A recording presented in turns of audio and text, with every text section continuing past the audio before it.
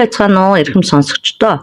Энэ удаа та нартай Америкийн нэгдсэн улсад гарсан нэлээд сонирхолтой наашаа цаашаа эргэж хөрвсөн шийдэлтэй тэгсний хачирхалтай төгсгөлтэй нэгэн хэргийн талаар ярихаар бэлтгэлээ.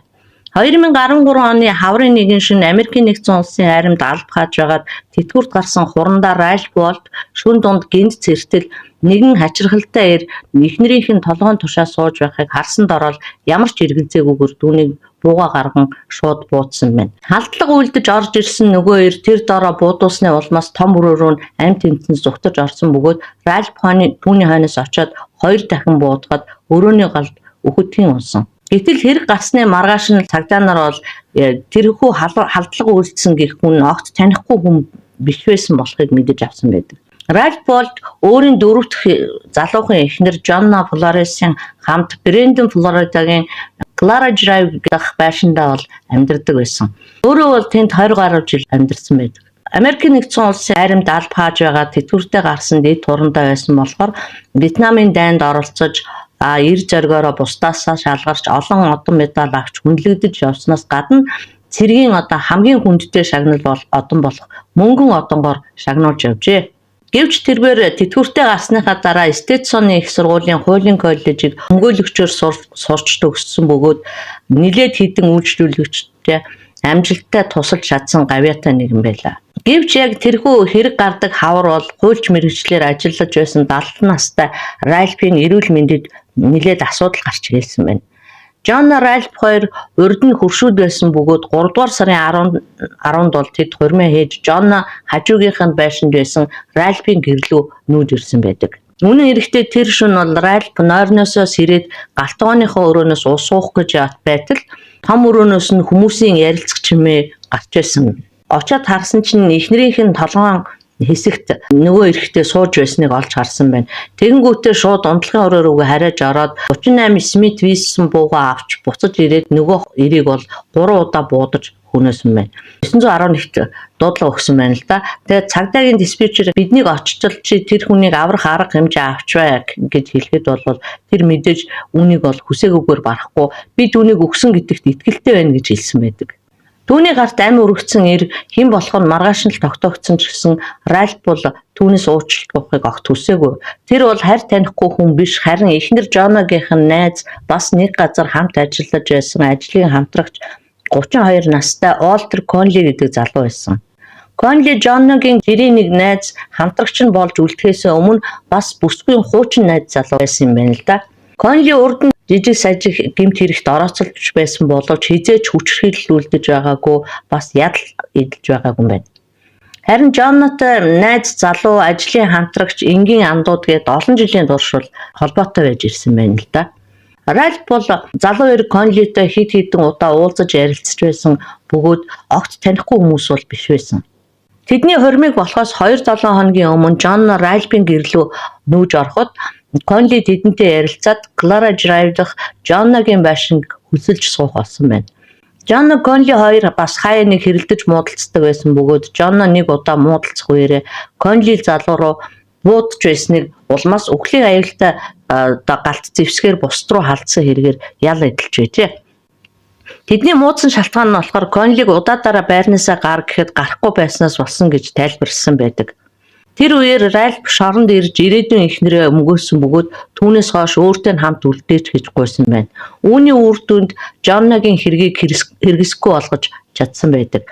Джонна Флорес бол Пенсильвани мужийн Саммерсетээс гаралтай бөгөөд хүүхэд насандаа хойд эцэгтэй зодуулж түгээрч барахгүй хүчрхийлүүлж байсан болохоор энэ бүхнийх нь депресс, бухимдал, айш цанд нь маш ихээр нөлөөлсөн. Тийм ч болохоор би арх уух дуртай, би бол архичин гэж өөрийнхөө тухай шүүх цагдаагийнханд хэлсэн байдаг. Ер нь хүмүүст ч тэр талаараа ичээд зоох юм уу ярьдаг байсан гинэ. Нөхөр нь Конлиг хүнөөсөн шүн Джонноч мөн согтуу байснаас юу ч санахгүй байснаас ч тэр юм уу Ральф намайг Конлитой урд нь үерхэж байсныг огт мэдээгүй. Бас намайг түүнтэй дотн харилцаатай байсныг ч анзаараагүй. Түүнийг зөвхөн түрээслэгчийн хувьд л мэднэ гэж нөхрийгөө хамгаалсан байдаг. Мөн хэрэг гарсны маргааш мужийн прокурор Ральфыг 2 дугаар зэргийн аллагад буруутгасан бөгөөд харин эхнэр нь нөхрөө бол гэмт хэрэгээс мулталж үлдээхийн тулд өмгөөлөгч Джон Епископыг авсан байна. Ингээд өмгөөлөгч нь сэтгүүлчдэд хийсэн мэдээлэлтэй манай эх орон бол зүгээр нэг ихнэрээ хардсан алуурчинд Дайны Баатарт олгодог мөнгөн одон өгөхгүй байсан гэж хэлсэн бөгөөд шүүхтэр бас Ральфийн байгуулсан гавьяа болон түүний одон медалуудыг танилцуулахыг оролдож түүний гавьяаг бол дахин дурдж байлаа.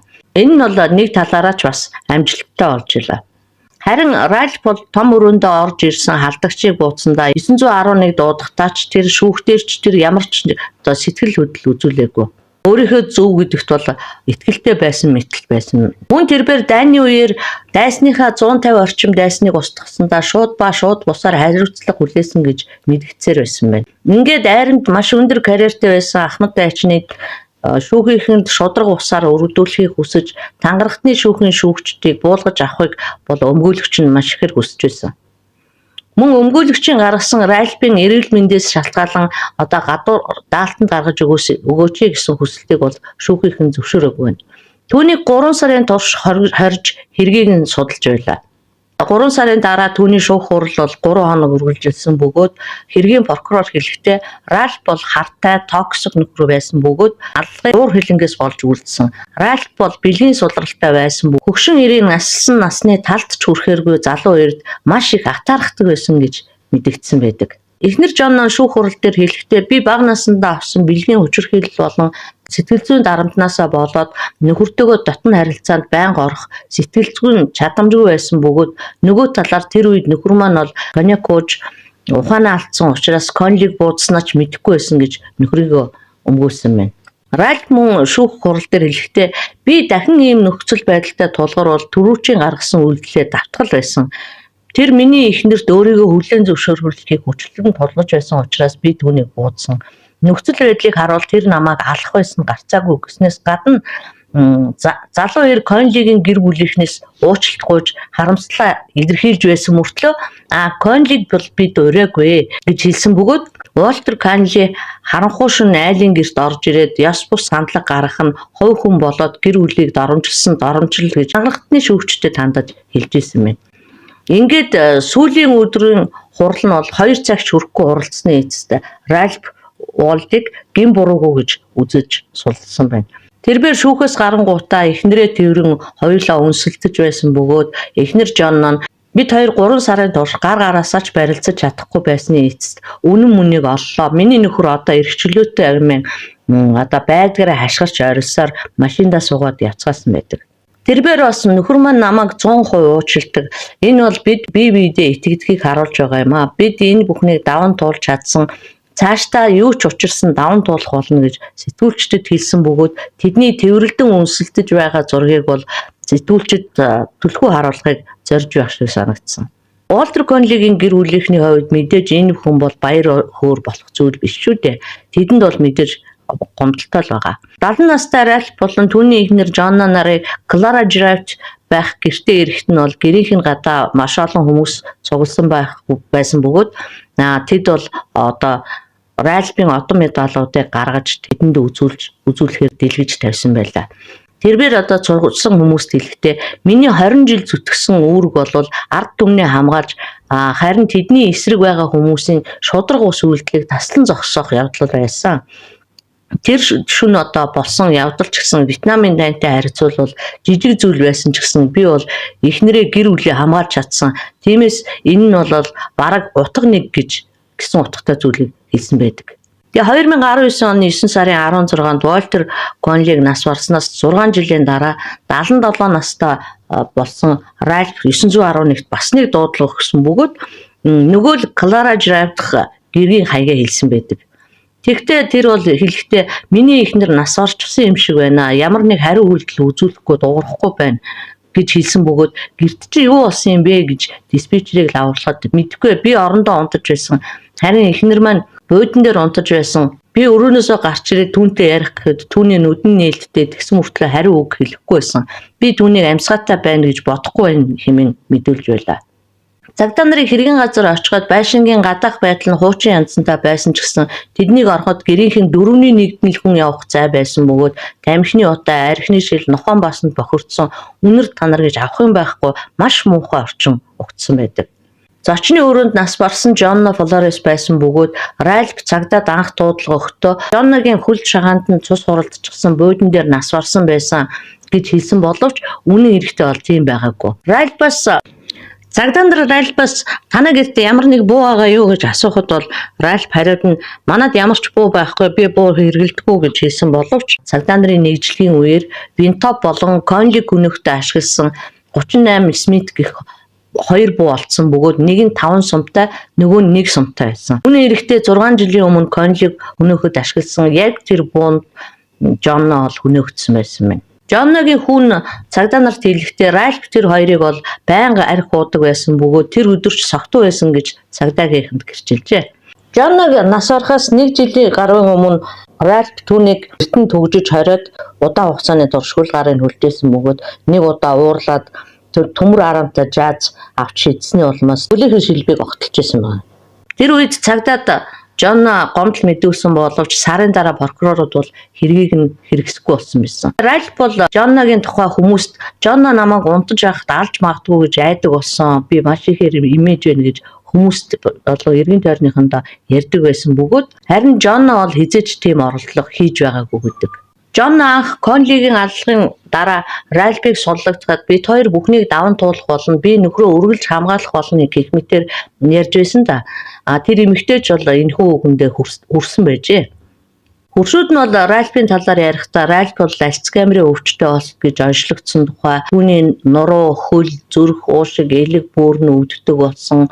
Тэгээд бас сонсгол муудсан. Зэргээс нь болоод урд нь одоо совилогч мэргэжилтэй байсан аригчин Жонно эхнэр нь бол түүнийг одоо чад хатгаараа асардаг байсан тухай ярьцгаасан байдаг. Ингээд Ральфийн шүүх хурлын тов гартал бол түүнийг 115 мянган долларын барьцаагаар сулсан байна. Шүүх хурлын тов түүний биеийн байдлаас шалтгаалаад байн бай хойшлогдож байсан байна. Эмнэлгийн шинжилгээгээр энэ бүхэн ч нотлогдож байсан. Тэгтэл бас тухайн үед бол COVID-19 гарч одоо энэ хэд хэдэн учир шалтгааны улмаас бол шүүх хурал хойшлогдсоор байсан. Ингээд одоо хэргийг авч шилжих явц байн хойшлогдсоор байгаад тэтгэврт гарсан хурандаа 2 дахь удаага хүн амны хэрэгээр шүүгдэх хүртэл нэлээд удаан хугацаа өнгөрсөн бөгөөд 2023 оны 1 сарын 19-нд Ральф Уолт 80 наснда таалд өгсөн байна. Ральфийн өхөл төрөгсөн өвчин шалтгааныг бол тодруулалгүй өнгөрөөсөн ч гэсэн түүний шинэ өмгөөлөгч нь бол Ральфыг маш олон өвчин туссан байсан учраас удаан хугацааны турш тэрбээр бол үхсээр байсан гэж хэлсэн байдаг. Харин түүний эхнэр Жonna Flores бол амьдралын олон бэрхшээлтэй тулгарсан ч гэсэн давж гарах зоригтой эмэгтэй гэдгээр хүмүүст дурсагдж үлдсэн гинэ. За ингээд та бүхэндээ Ральф Уолт, Жonna Flores, Уолтер Конли нарт тохиолдсон Эдрэтийн хэргийн талаар ярьж өглөө. Та бүхэн маань хэргийн талаар санал бодлоо бичиж үлдээгээрэй. Тухлан сонссонд баярлалаа. Намайг дэмжиж лайк, subscribe дараарай баяртай.